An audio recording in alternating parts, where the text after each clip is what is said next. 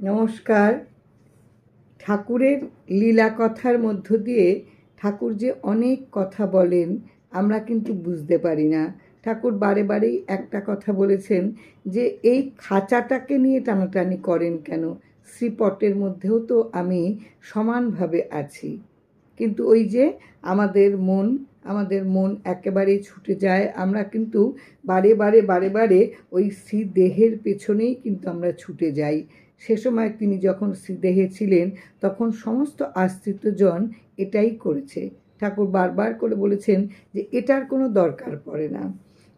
এই যে শ্রীদেহের পেছনে আমরা শ্রীপটকে যত্ন না করে শ্রীদেহের যত্নের জন্য আমরা বারে বারে ছুটে যাই, এটার একটা লীলার মধ্য দিয়ে ঠাকুর দেখিয়ে দিলেন কি সুন্দর।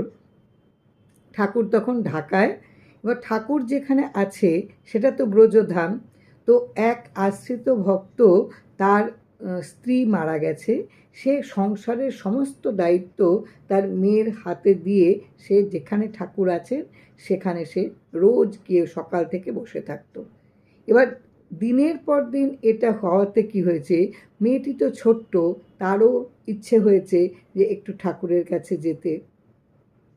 এবার তারও মনের মধ্যে হয়েছে যে একটু ঠাকুরকে দর্শন করি। এই অস্থিরতায় সে তার ভাইকে বলে গেল, পুজোটার দায়িত্ব দিয়ে গেল যে তুমি একটু মশারি টশারি টাঙিয়ে ঠাকুরকে দেবে। এবার যেখানে গেছেন, ঠাকুর যেখানটায় আছেন সেখানে সেই মেয়েটি গেছে, গিয়ে যখন ঠাকুরকে প্রণাম করে সেখানে বসেছেন, ঠাকুর বারে বারেই বলছেন বড্ড মশা কামড়াচ্ছে, বড্ড মশা, বারে বারে ঠাকুর বলছেন।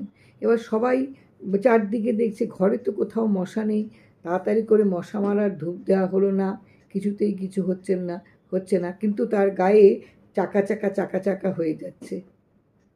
তখন সেই সবাই মিলে অস্থির হয়ে উঠেছে যে এটা কি করে সম্ভব হলো।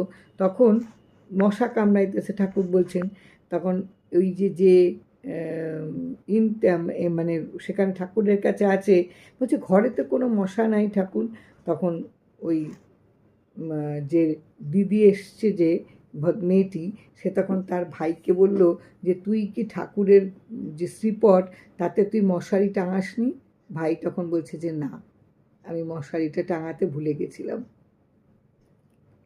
দৌড়ে ছুটে গেল, গিয়ে মশারিটা টাঙিয়ে দিল ঠাকুরের কাছে, ঠাকুরের ওই আসনের মধ্যে।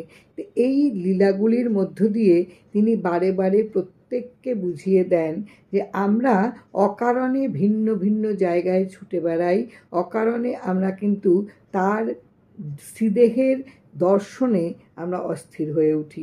এরকম একটা সত্যিকারের ঘটনা আমাদের এক আত্মীয়ের মুখে শুনেছি। সে তখন বেশ ছোট সে তখন। ঠাকুর এসেছেন চৌমোহনীতে, তার মা বাবা যেই শুনেছে, সঙ্গে সঙ্গেই তার মা বাবা এবং ওই ছোট মেয়েটিকে নিয়ে সে চৌমোহনীতে রওনা হয়েছেন। ট্রেনে উঠতে যাবেন, এতটাই মানে মনের দিক থেকে এতটাই সে অস্থির ছিলেন, যে অস্থির চিত্ত, যে ঠাকুরকে কখন দেখতে পাবেন। বাচ্চাটিকে তুলতে পারল না সেখানটা, ওই ভিড়ের মধ্যে। এবার বাচ্চাটিকে তুলতে না পেরে তারা দুজনাই উঠে পড়েছে ট্রেনের মধ্যে, ট্রেন ছেড়ে দেবে, তখন তারা ব্যাকুল হয়ে উঠেছে। হঠাৎ দেখতে পেলেন যে এক বয়স্ক লোক সে বাচ্চাটিকে তুলে দিলেন। বাচ্চাটিকে নিয়ে তার বাবা মা ঠাকুরের কাছে গেলেন। গিয়ে ঠাকুরের কাছে প্রণাম করে যখন বসলেন, তখন ঠাকুর বলছেন এত ছুটাছুটি করেন কেন এই দেহটারে দেখবার জন্য? এই যে বাচ্চাটারে রাখা আপনারা যে ট্রেনে উঠা পড়ছিলেন, তারে তুলতোকে, তারে যদি না তোলা যাইতো। কাজেই আমাদের যা কিছু করি তিনি সবটুকু দেখতে পান, তিনি সবটুকু লক্ষ্য করেন। আমরা কোনো কিছু কখনো আড়াল করতে পারি না। বৃথা আমরা এদিক ওদিক ছুটে বেড়াই। আমরা ঘরে বসেই যদি তার শ্রীপটের সামনে আমরা যদি আমাদের কথা তার সঙ্গে বলি, সেখান থেকেই কিন্তু আমরা উত্তর পেতে পারি। কিন্তু ওই যে অবুঝ মন, বা খানিকটা আমাদের ওই যে ভাগ্যবশে আমরা আমাদের ভাগ্যকে অস্থির করে দিই। আমাদের অদৃষ্টেই আমাদের অদৃষ্টকে আমাদের তাড়িত করে, আমাদের সবসময় অস্থির করে দেয়। এটা আমাদের কিন্তু ভাগ্যদোষেই হয়।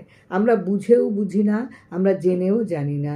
তিনি বারে বারে যে কথাগুলো বলেন আমরা কিন্তু কখনো সেগুলো মানতে পারি না, কেননা আমাদের ভেতরে একটা কর্তা ভাব আছে। আমরা মনে করি যে না, একটুখানি ছুটে গেলে হয়তো আরও বেশি করে তাকে পাওয়া যাবে, কিন্তু আরও বেশি করে তাকে পাওয়া যায় শ্রীপটে।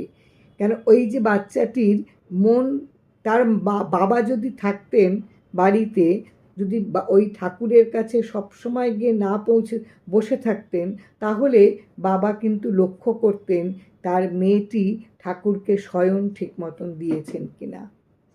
কিন্তু বাবা তো সকাল থেকে ঠাকুরের কাছে বসে থাকতেন, ওই ছোট মেয়েটিকে সে দায়িত্ব দিয়ে এসছেন।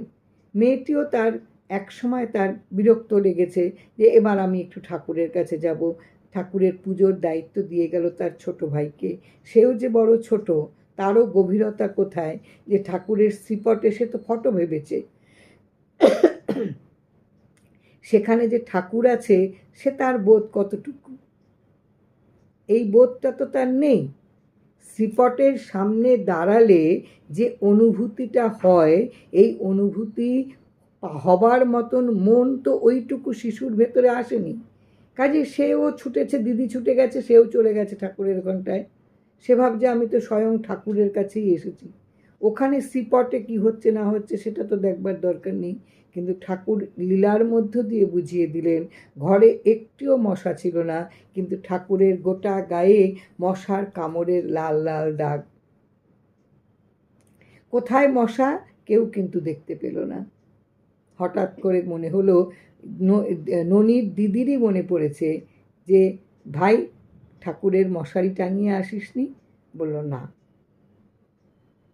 এইগুলির মধ্য দিয়ে ঠাকুর কিন্তু বুঝিয়ে দেন যে অকারণে দৌড়োদৌড়ি করার কিছু নেই। ঠাকুর বলেন এই খাঁচাটারের জন্য এত ছোটাছুটি করেন কেন? শ্রীপটের মধ্যেই তো আমি আছি। এত সুন্দর, এত সহজ করে তিনি প্রত্যেক আশ্রিত জনের কাছে তিনি ধরা দেন। তিনি এত সহজ সত্য করে তিনি প্রত্যেক আশ্রিতর মনের মধ্যে বাস করেন প্রতিনিয়ত, তাও কিন্তু আমরা বুঝতে পারি না। আমরা ভুল করি, আমরা অন্যায় করি, আমাদের হিংসা আছে, লোভ আছে, আমাদের ভেতরে দম্ভ আছে, আমাদের ভেতরে কিন্তু বিদ্বেষ আছে, সব আছে। কিন্তু ঠাকুর আমাদের অন্তরে আছে, তিনি সব দেখছেন। আমরা কিন্তু কিচ্ছু বুঝতে পারি না। আমরা সব সময় অন্যায় করে যাই, সব সময় একটা মানে আবদ্ধতার মধ্যে, একেবারে মানে বন্ধনের আবদ্ধে নিজেদের সব সময় আমরা আটকে রাখি। যার জন্যই কিন্তু আমাদের ভেতরে একেবারে ওই যে দম্ভ, ওই যে কর্তাভাব, ওই যে অহংকার, এটা আমাদেরকে অস্থির করে দেয় সব সময়। যার জন্যই আমাদের এত ভোগ, এত কষ্ট। লীলার মধ্য দিয়ে ঠাকুর কিন্তু বুঝিয়ে দিলেন যে আমি কিন্তু শ্রীপটেও সমান আছি। শ্রীপটকে সমান শিশুর মতন করে যত্ন করতে হয়। যতটা যত্ন করা যায় তিনি ততটাই তার কাছে থাকেন। তিনি যে প্রত্যেকের হৃদয়ে আছেন, নিজেই বাসা করে নিয়েছেন, কাউকে ডাকতে হয়নি, কাউকে করতে হয়নি।